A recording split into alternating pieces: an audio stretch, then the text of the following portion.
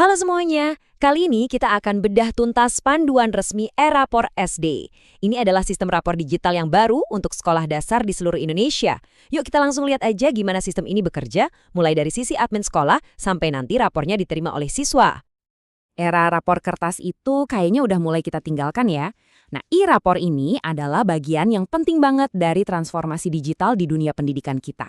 Tujuannya tentu aja untuk membuat penilaian siswa jadi jauh lebih efektif, lebih efisien, dan yang terpenting bisa dipertanggungjawabkan atau akuntabel. Jadi, ini bukan cuma soal hemat kertas, tapi gimana caranya membebaskan waktu guru dari tugas administrasi supaya mereka bisa lebih fokus ke pengajaran. Oke, jadi poin kuncinya tuh di sini. Ini bukan sekedar aplikasi biasa. E-Rapor SD ini nyambung langsung dengan Dapodik, alias basis data pokok pendidikan nasional kita. Koneksi inilah yang memastikan semua data siswa dan sekolah itu standar dan seragam secara nasional. Ini ngebantu sekolah banget buat mengelola data penilaian sesuai kurikulum yang berlaku dan langsung sinkron ke pusat. Praktis kan? Oke, kita mulai dari akarnya dulu ya. Seluruh proses e-rapor ini diawali oleh satu peran yang super penting di sekolah, yaitu administrator atau operator. Merekalah yang ibaratnya membangun pondasi digital untuk keseluruhan sistem ini.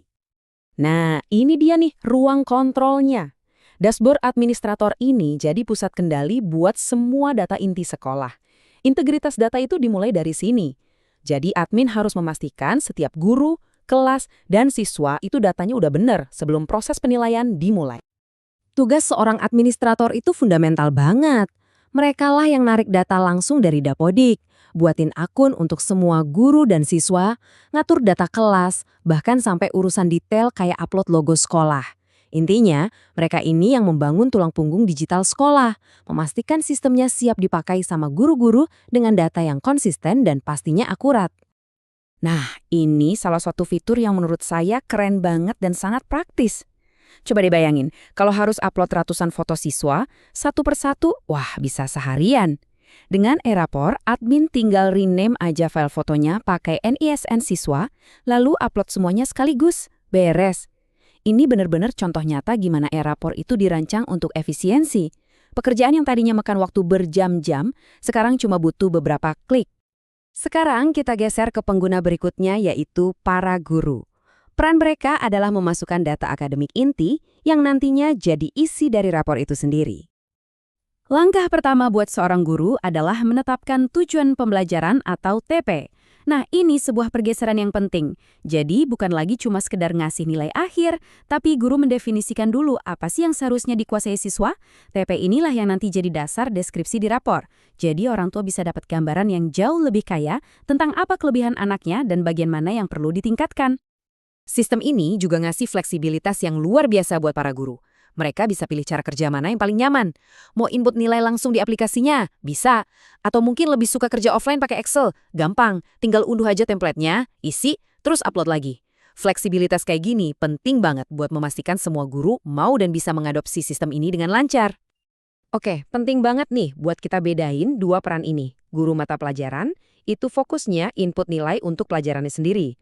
Sedangkan wali kelas, dia bertindak sebagai manajer kelas. Tanggung jawabnya lebih luas, ngelola data absensi, nambahin catatan pribadi tentang siswa, dan yang terpenting, memproses semua data dari guru-guru lain jadi satu rapor yang utuh.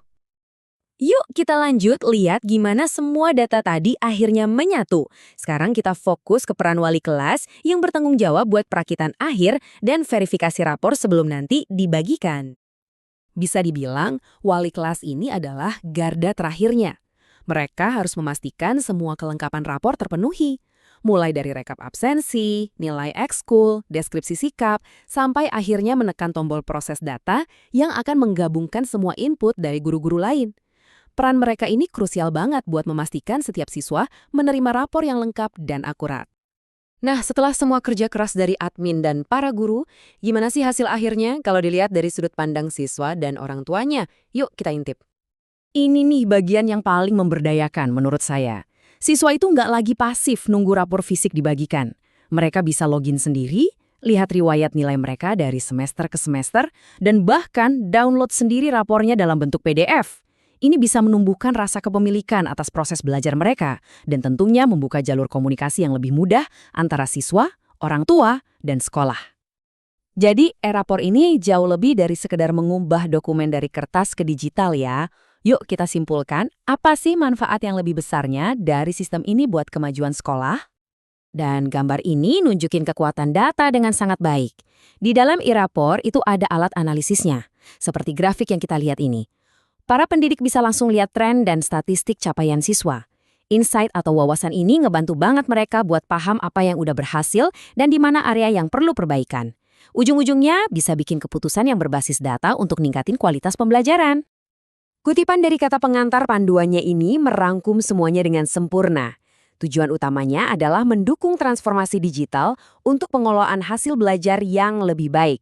Ada 3 kata kunci di sini: efektif, efisien, dan akuntabel. Inilah visi besar yang mendorong inovasi seperti e-rapor ini.